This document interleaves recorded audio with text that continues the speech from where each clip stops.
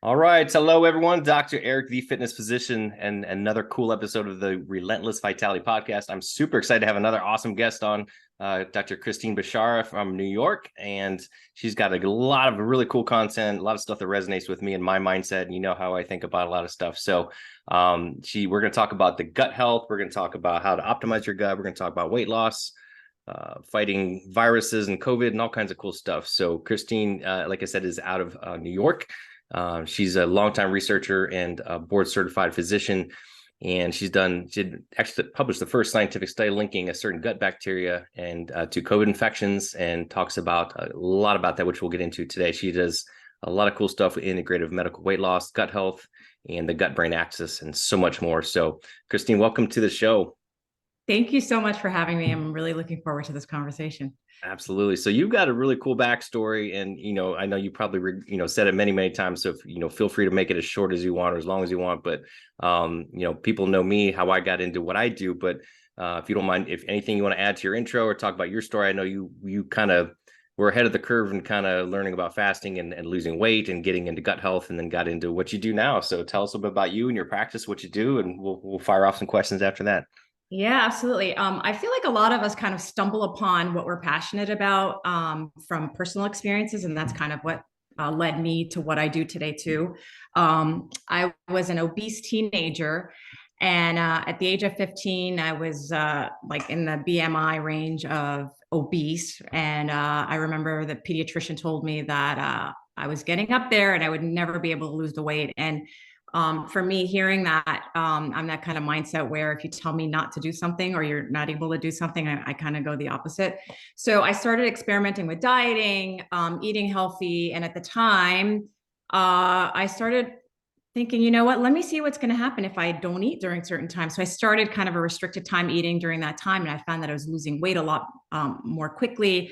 But also, what really kind of resonated with me at the time was how mentally um, focused I was and really improved mental, function as well. So I literally been practicing intermittent fasting for many years. And this is really why I love that. And when you go to medical school and then you start studying all these biochemical pathways, you're like, oh, this totally makes sense.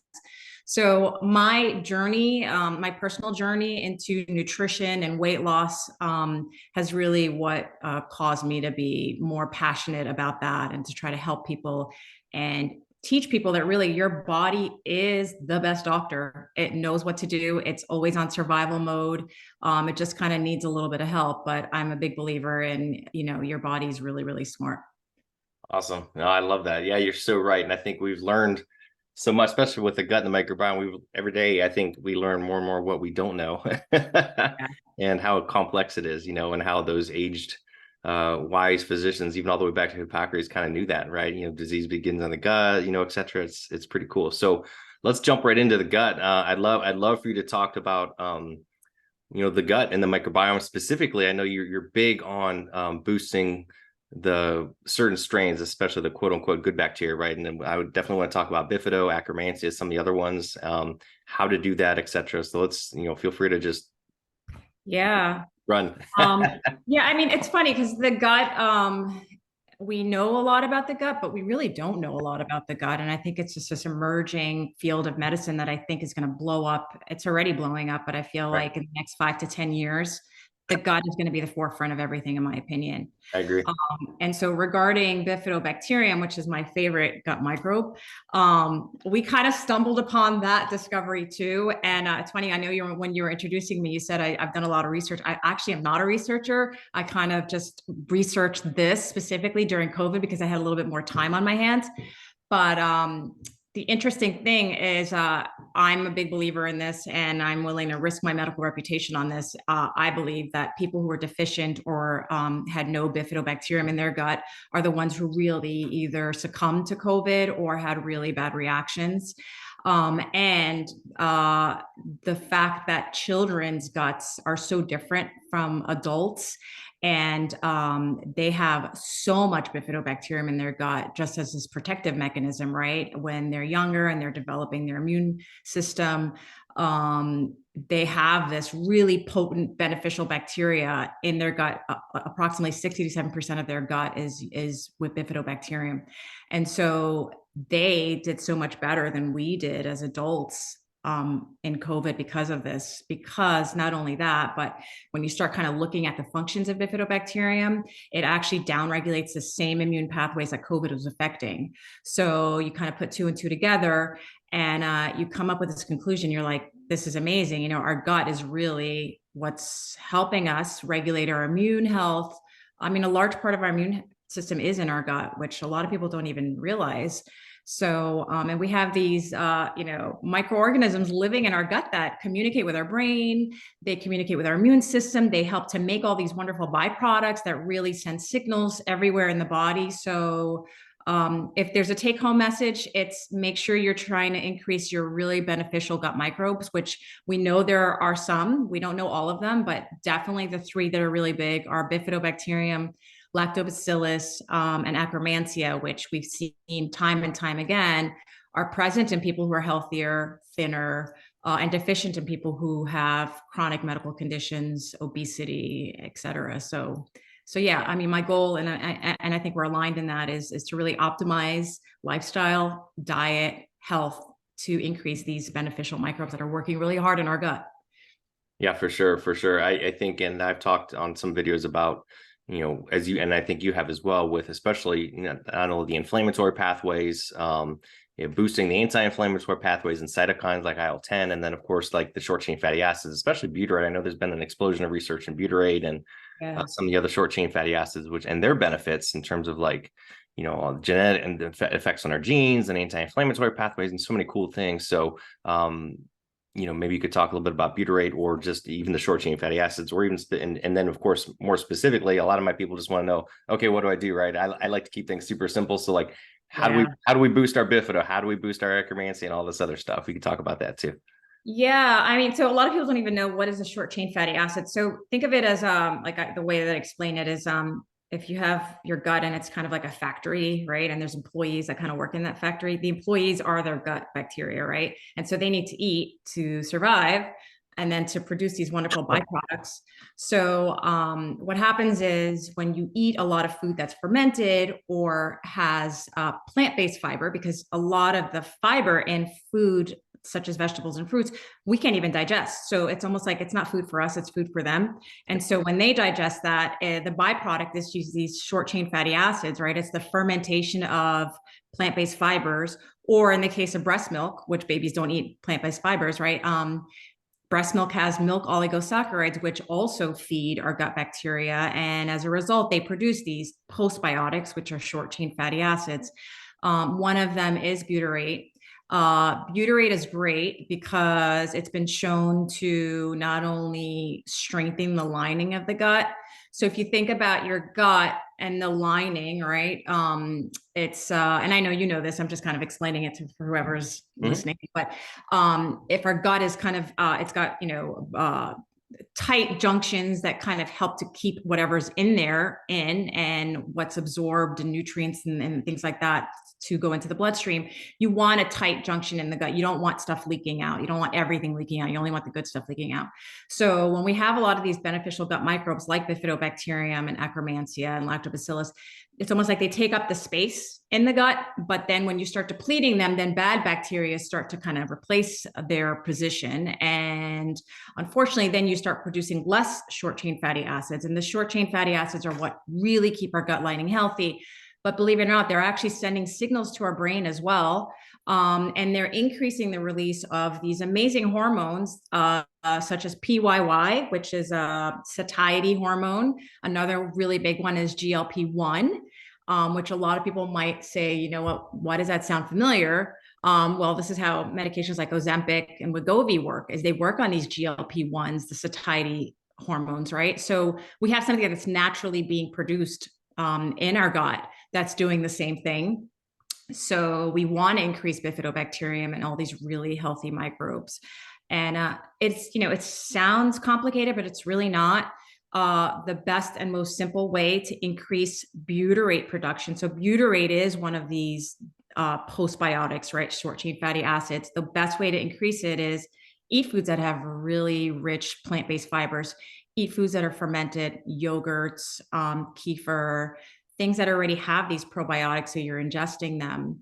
And that builds your gut naturally. So a lot of people will say, well, what about a supplement, right? A butyrate supplement.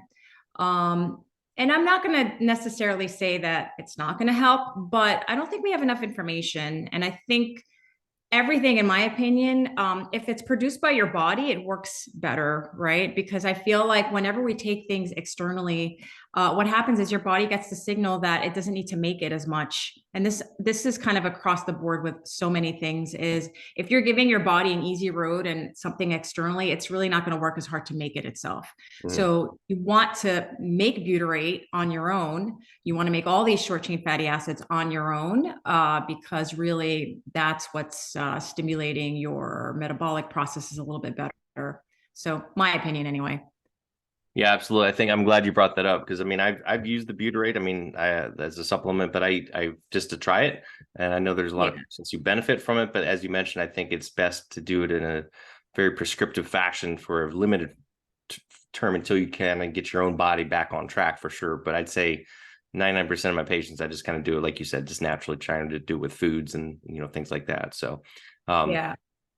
this is something too. Just before I don't want to say just off topic, but something I read about. I always try to read both sides of different stories, and of course, you read different things about with fermented foods and even vegetables, right? You hear there's two camps, right? Of course, like I'm a big fan. I think fermented foods are fantastic, but there's a whole camp and a whole bunch of researchers and people talking about fermented foods, how it's not good because it's too much lactic acid for your system and can maybe it's high FODMAPs or maybe it can irritate your gut, blah blah blah. And other people like you and I and have said, fermented foods are great for the gut. So I guess as with everything, everybody's different, right? If you fermented foods and you notice your stomach's upset or whatever, but the whole kind of too acidic, too much lactic acid and some inflammation. I'm not really familiar with a lot of research on that. I'm sure it's out there. These researchers wouldn't be talking about it, but then the same debate with vegetables, right? A lot of people are, and I definitely would talk about that later with diets, because of course there's one camp of like,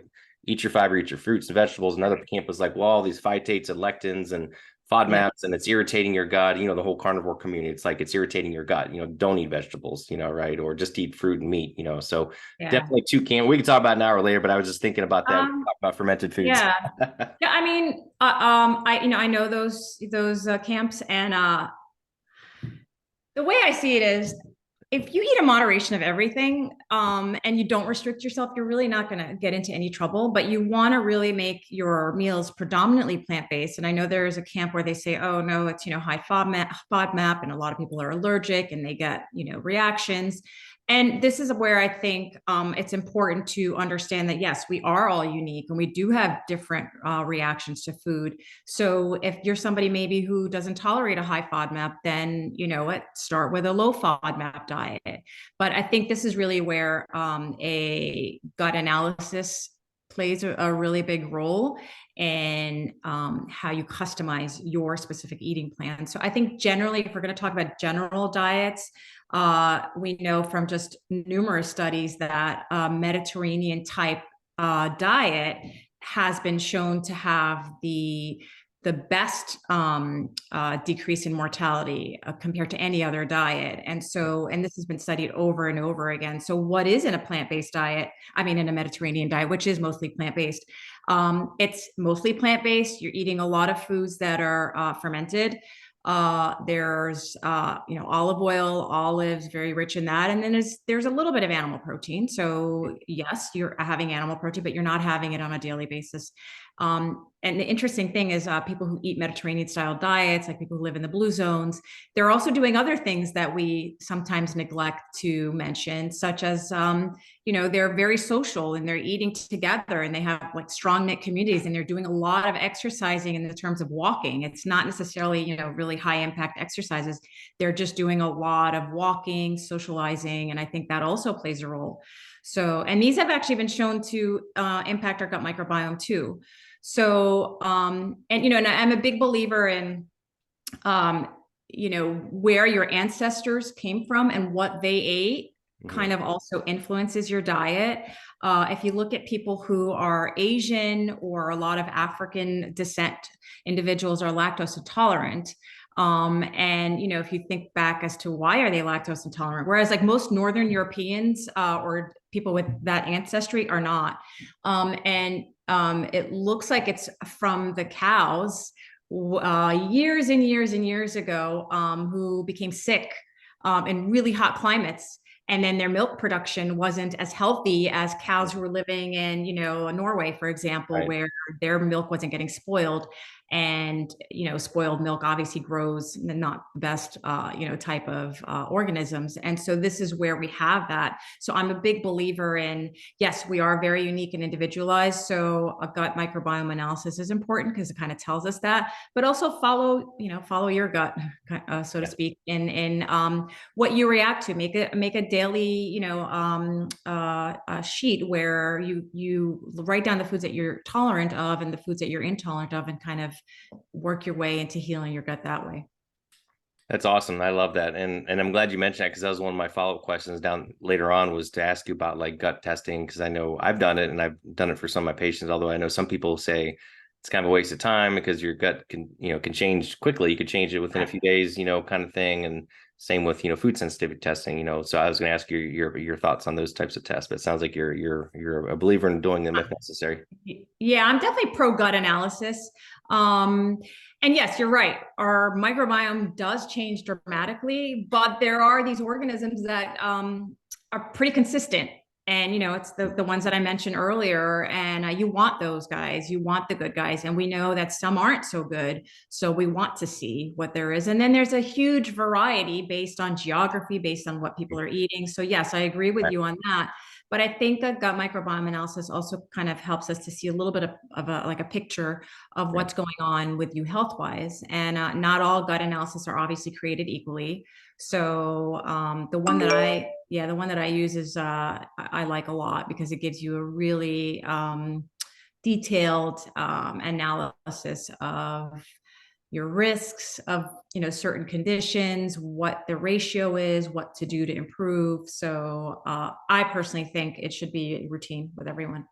Yeah. Hopefully Awesome. in the future it'll be. Yeah. Awesome. Now, what's your and there's been a lot of studies talking about it, and I definitely want to talk a little bit more, since I both do a lot of things with weight loss, and I want to talk about fasting. But before we get to that, I want to talk about like a little bit more about the diets, right? And I know, because there's been some studies, especially talking about different bacteria in the gut, and again, it's really hard to get specific things up or down, right? But it's like, there's different things in terms of like the ratios, right? Talk about bifido versus the Firmicutes ratios, and obesity, or just overall gut health, good or bad. How do you balance that out? Same with the ones you were talking about, lactobacillus and Akkermansia. But what's your take on some of these quote unquote, these ratios, the bad obesity bugs versus that kind of stuff? Yeah, again, I mean, we don't know a lot about the gut. So it's almost like we're kind of just looking at the data over the past few years and seeing. But what we do know is we do know the good guys. There are some strains of Firmicutes which are not good. And I think the general consensus is Firmicutes is a bad gut bacteria, and the ratio of that having it more than the good guys is not good. It affects your glucose metabolism, blood glucose control, and it's more common in people who eat processed foods and who are overweight. But I've also seen studies where like certain strains of Firmicutes are not necessarily bad. And they're butyrate producers. So it's one of those things where you kind of have to take everything with a grain of salt, because medicine changes over the years.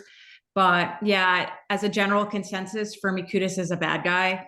And Lactobacillus, Akkermansia, and Bifido are good guys. So what we know now is increased diversity is really good. So the more diverse your gut is, the more strains you have, and probably because we really don't know the function of all of them, but they're like a team in your gut, and they all work well together, the good guys anyway. So like Lactobacillus and Bifidobacterium have this synergistic a team effort kind of thing, where Lactobacillus feeds Bifido. So what we want is, we know that processed foods that are rich in sugary substances, refined carbs, are not allowing our body to make more of these beneficial gut microbes. That's awesome. Thank you. Are there any other specific things you recommend for people to, whether or not they have some gut issues, but or it's just weight loss or just general health to augment the, quote unquote, the good guys, right? In terms of, obviously fermented foods, plant-based diet, any other specific nutrients or food sources that you recommend for like Akkermansia, Lactobacillus bifido, other than the plant fibers, hickory root, vegetables, things like that? Yeah, in terms of Akkermansia, what's been studied to show an increase in Akkermansia is apples with their skins on. And I think I learned this from Joel. Joel, yeah, his Yeah. apple peel protocol. Yeah, Yeah. he's very pro apple skins. Yeah, absolutely. And cranberries are really good in increasing Akkermansia. Bifido, the big ones are onions, garlic, artichokes, asparagus. They all contain inulin, which is a great plant-based fiber. And then, the probiotic stuff like kefir and yogurt help to increase bifido, but also lactobacillus. Lactobacillus is very rich in yogurt, like or like dairy or like yogurt types. Right. And I'm sorry, what was your other question in terms of food and what else? I think that was the big one. Yeah. And speaking of that, and again, this is a kind of a side note. I was thinking about like myself personally, in terms of like the gut testing. Have you done much in terms of like the higher end sensitivity tests, like the Cyrex panels for like glutenins and IgG reactions and things with foods? Have you used that much or know much about that? I will go to those if I'm kind of perplexed by the gut analysis or it suggests for me to do more testing. But the one that I use is a really good one because it actually even will sense if there's H. pylori in your gut, and it'll kind of tell you like there's gluten issue here, and then you can do further testing. So the problem is insurance doesn't really cover for a lot of these things. So Right. I try to be mindful for my patients.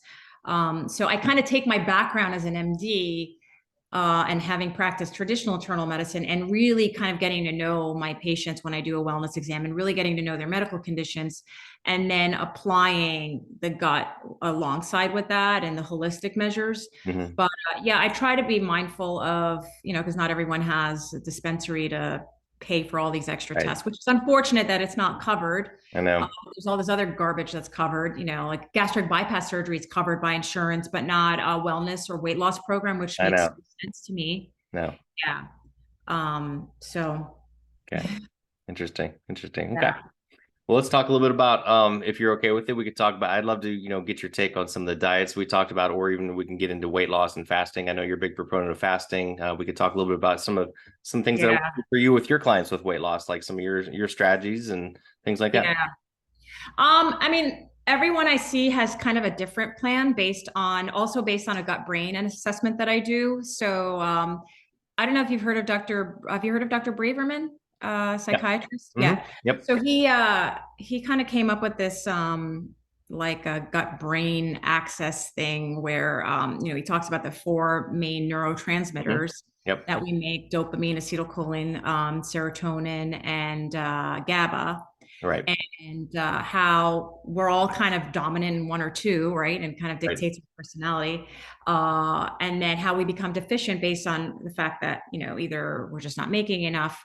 And so I do a similar approach when I do my wellness evaluations, where I will look and kind of determine what deficiencies you have based on what you're eating, really. So, if you're not eating a lot of tryptophan rich foods, you're not going to be making serotonin, because we know tryptophan is a precursor of serotonin. Right. So, so I look at that, and I sometimes I'll check for urine neurotransmitters just to see what's going on. And then based on that, I will recommend, like a specific diet for you. But I am a very big proponent of fasting, even if you're just doing it for 12 hours. I'm not a fan of prolonged fasts. I'm not a fan of like the juice type fast, because I feel like you start to lose muscle. Right. And your body, yes, it's equipped with survival mechanisms for when you don't eat, but usually for short term, like less than 72 hours. And I'm really not a fan of fasts that are longer than 36 hours unless they're controlled, with, a doctor and their specific reasons. But yeah, I usually recommend all my patients to do at least a 12-hour fast. Optimal is 18 hours because, we know that that's when the immune benefits start to kick in. Like 18 to 20 hours, you start to see a process called autophagy, which is when your cells start to realize you're not feeding them, right? And then your body's like, oh, I don't know what's going on. She's not eating. I need to figure out how to like reserve this energy, right? Preserve this energy. And so it kicks into this autophagy, which I call like low battery mode for your body, Mhm. because your body's putting itself in low battery mode and it's figuring out what it needs to preserve its energy for. So it starts to kill off all these cells that are either getting old, dysfunctional, really not, functioning properly. And so you're getting rid of all these dysfunctional, possibly precancerous cells, and you're left with these great, like new, brand new, shiny cells. And so I think autophagy is a really good way of you to stimulate your immune health. And this really doesn't kick in before 20 hours of fasting, 18 to 20 hours. So my usual recommendation is start low, because with everything, everyone needs rest. Your gut needs rest too. And if you're constantly eating, even eating right before you sleep, your gut is going to have to work on digesting foods during the night when there's so much other stuff that it needs to do. So yeah, usually I'll recommend like a restricted time eating, 16 to 18 hours. And I'll tell people to get urine strips, check for ketones, because we're all kind of different. So what you want is the fat burning mode of ketosis, right? Right. So if you're checking your urine, some people become ketotic in 18 hours. Some need a little bit longer, but usually once you start kicking into ketosis, shortly after you're going into autophagy, which is that low battery mode of your body. So, Yeah, I love that. tweaking, it's not rocket science, but at the same time, it's not science that is the same for everyone. So Yeah. I agree. I kind of do the same thing. I recommend, some kind of time restricted eating on a daily basis, even if it's just, like you said, 13, 15 hours, but maybe once a week, do a longer fast, 20 hours, 24 hours or more. If you weight loss is the goal, you could do it a couple times a week. But I'm like you, me personally, I like to eat, so I don't do as much as I should. yeah. And I mean, I think I've done like a 20 before. I don't think I've ever done a 24, but one of these days I keep telling myself I'm going to do like a 24, 48, something, maybe a 36. But I agree with you. I think the data shows that after 36, you can risk losing muscle mass. So I tend not to recommend that too. Yeah. I don't even know if you necessarily need more than 36. I mean, it's like, I don't want to plug like different things, but there is a program. It's actually studied. It's a long-term fast, not long-term, but it's 5 days, but you're eating food. Oh, and the Prolon? Yeah, Prolon. Yeah. Yeah. I think that's the only one that I would recommend as a Prolon, because you're actually eating. Right. And it's been, I know Dr. Longo, who started Prolon, has done a lot of research on fasting. So that's really the only one that I would recommend long term. Yeah. But, I'm like you. I mean, my body's really gotten used to doing at least 16 hours every day. Sometimes on the weekends, I don't necessarily do 16 hours, but I try to do 16 to 18 at least 5 days a week. Yeah. And then, I will do like a 24 hours, not that bad. Do it on a day where like you had a heavy dinner the night before, for example, and you just kind of wait until the next day to eat. But 24 hours is really where you're optimizing autophagy. But yeah, I'm not a big fan of longer term fast either. And I know a lot of people are like, do the juice thing and the 3-day fast. I have no idea how people do that. How do people like not eat for 3 days? I don't know. I know people do it, and I'm like, I don't know. I think it's kind of funny. You're probably like me. We've both been around and seen a lot of different things through the years and seeing the trends. And like, I remember I grew up during the whole low fat thing, and my dad was on that because of his cholesterol issues. And now we've learned that, it's not always the best thing. Some people, like, although me personally, I do better on a lower fat diet. That's because my gut. Other people, but we've learned that, low fat is not bad, kind of thing. And same thing with fasting. It's like, now it used to be like more, same thing. Like when I was in college, it was more like everybody's big on like kind of the bodybuilder style, eating like multiple times a day. And now it's like fasting, but now I feel like it's gone. So many people are taking it to the extreme. I feel like it's going to come back. There's all, like, as you mentioned, it's all about the balance, right? And balancing things. It really is. Yeah. And I know this is going to sound controversial, but I mean, a lot of these bodybuilder types didn't do so well with COVID. And I think a part of it is, if you're doing it for like a short-term thing, to kick into like, right, that's fine. But if you're doing it as a long-term, really maintenance, it's not good for your gut. I mean, you're Right. not eating any plant-based fibers, and you need those plant-based fibers. We just talked about this. So, if you're eating just like fat and protein all the time, it's really not good for your gut. It might be great for weight loss, but your gut's Yeah. probably.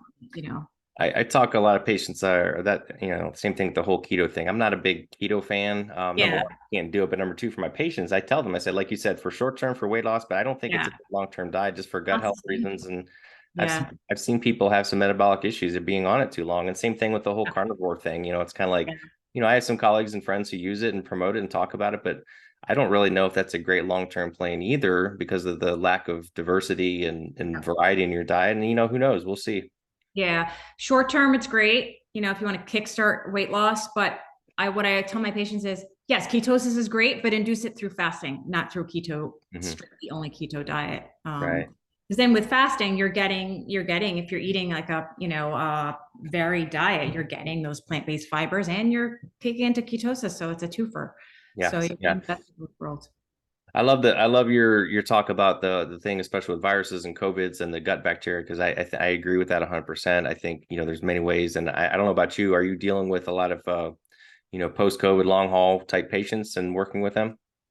Yeah, goes down to the gut again. I Yeah. mean, the gut is the key to a lot of stuff, like you said. Hippocrates knew it back then, and maybe it was easier for him to pinpoint it. But there wasn't a lot of information out there, and he kind of saw what he saw with his patients. But yeah, I mean, it really kind of all goes back to the gut.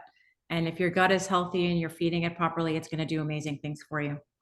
Are you doing anything different for the long haul patients in terms of your protocol? Um, Kind of the yeah, same we're thing. working on their gut. We're doing a lot of like antioxidant rich stuff, vitamin D, quercetin is another big one that I like for long COVID. Definitely if you have long COVID symptoms, get a gut analysis so we can see what's going on and try to enrich your strains. And it's so interesting. Like I had a patient who was complaining of a lot of yeast infections, and when we looked at her gut, she was so low on lactobacillus, Mm, which is very important for vaginal health, and so we right. started recommending an increase in lactobacillus, but also lactobacillus helps to make serotonin too. So if you're having a little bit of depression and you're really not feeling your best, then what, look at the gut. Let's look at the gut and Yeah. see what's going on. For sure, for sure. Awesome. I have a couple gut questions. I'll ask you offline specifically, but just more personal type stuff. But Yeah. I think that was a good overall summary. Is if there anything else if you want to talk about anything before I forget, if you want to mention your website or where people can find you, etc. on social media, if you want to throw that out real quick and plug anything Sure. you want to plug. Yeah, I was when I was opening my practice, I was like, what should I call it? I didn't want to call it like my name. So I decided to call it From Within Medical because I feel like, it's a medical practice, but it's healing from within. I So like my that. website is www.fromwithinmedical.com. But yeah, I'm on Instagram too. And Dr. Christine B, doctor spelled out Christine B.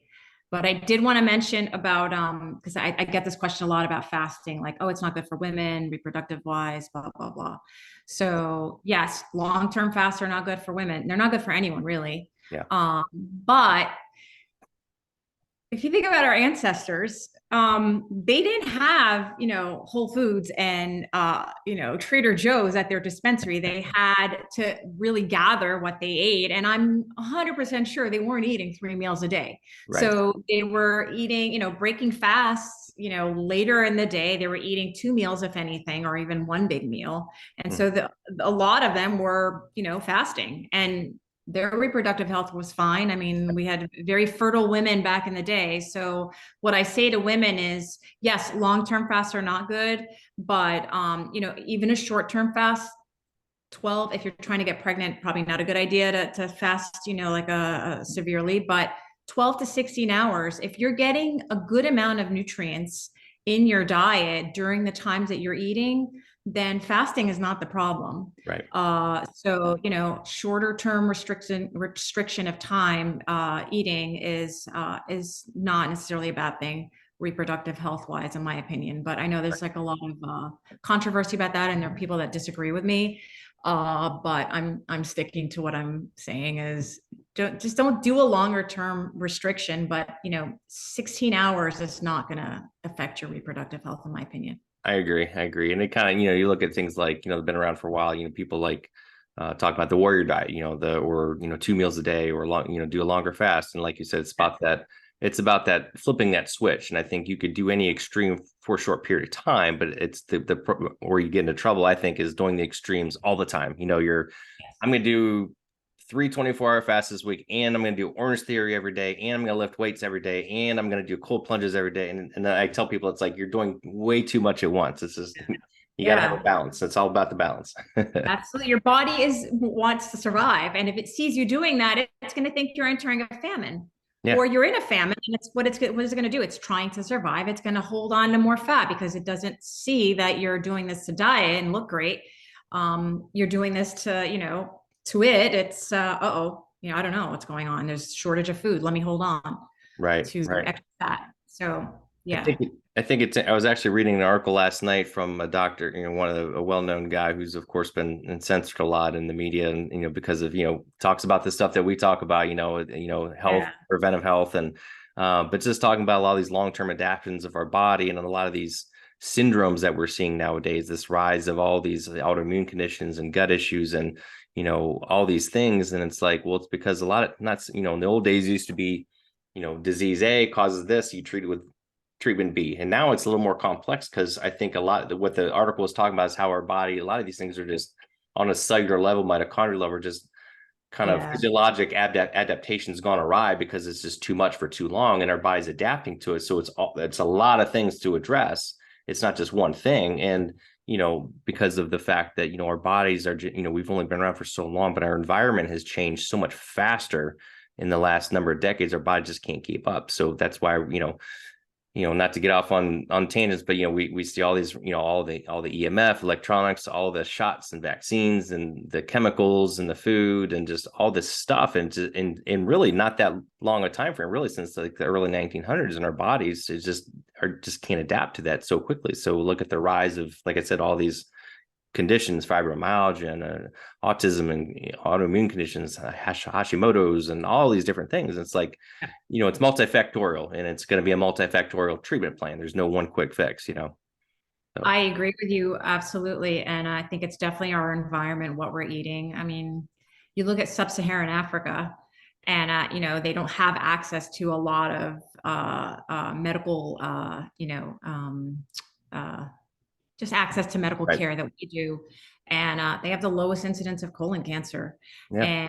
And, like, I don't know if you've heard of the Hadza tribe. Have you ever heard of them? Yeah. The Hadza tribe has no access to medical care at all. And they're one of the healthiest. They have like very limited access, but there's like zilch diabetes and other metabolic conditions because they're eating what they're eating what is in their environment. And they're exercising in the wild. So we as industrialized nations have not done well. And I think I read somewhere by 2035, 50% of the global population is going to be considered obese. Wow, which is very scary. That is scary. And our children. I mean, in the U.S., I think 40% of individuals are already obese. Yeah, it's huge. Yeah, it's rising in children. And, we want to talk about real issues with reproductive health is everyone that's being diagnosed with PCOS and all these metabolic conditions in young kids that we never saw before. Yeah. So that's what's scary. That's the real pandemic. It is. And I think it goes back to the basics, like you and I were both talking about, with the blue zones, is kind of getting back to our ancestral nature of constant movement through the day, eating real food, being social, slowing down, getting away from the damn computers, talking to people, relaxing, enjoying life, and getting outside. That's what it's all about. And that we've gotten away from that. So I agree. I agree. We need to go back to the basics. Yeah, for sure.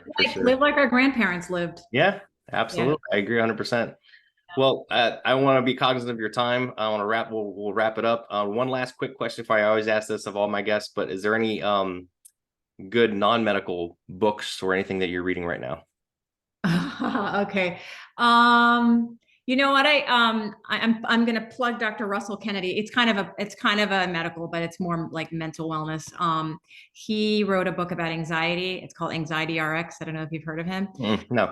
Yeah, so he's a psychiatrist who suffered with anxiety, and really all the treatment options weren't helping him. And then his book is based, I just started reading it, but his book is based on the fact that anxiety, a lot of people talk about it's the brain, but it's really more of your body. It's like an alarm system in your body that's triggered from something in childhood, and it's the opposite. It's your body's triggering your brain to react. So people are always talking about like, therapy and brain and, like mental and psychological and all these therapies. But he's like, none of that will work if you don't treat the trigger, the alarm.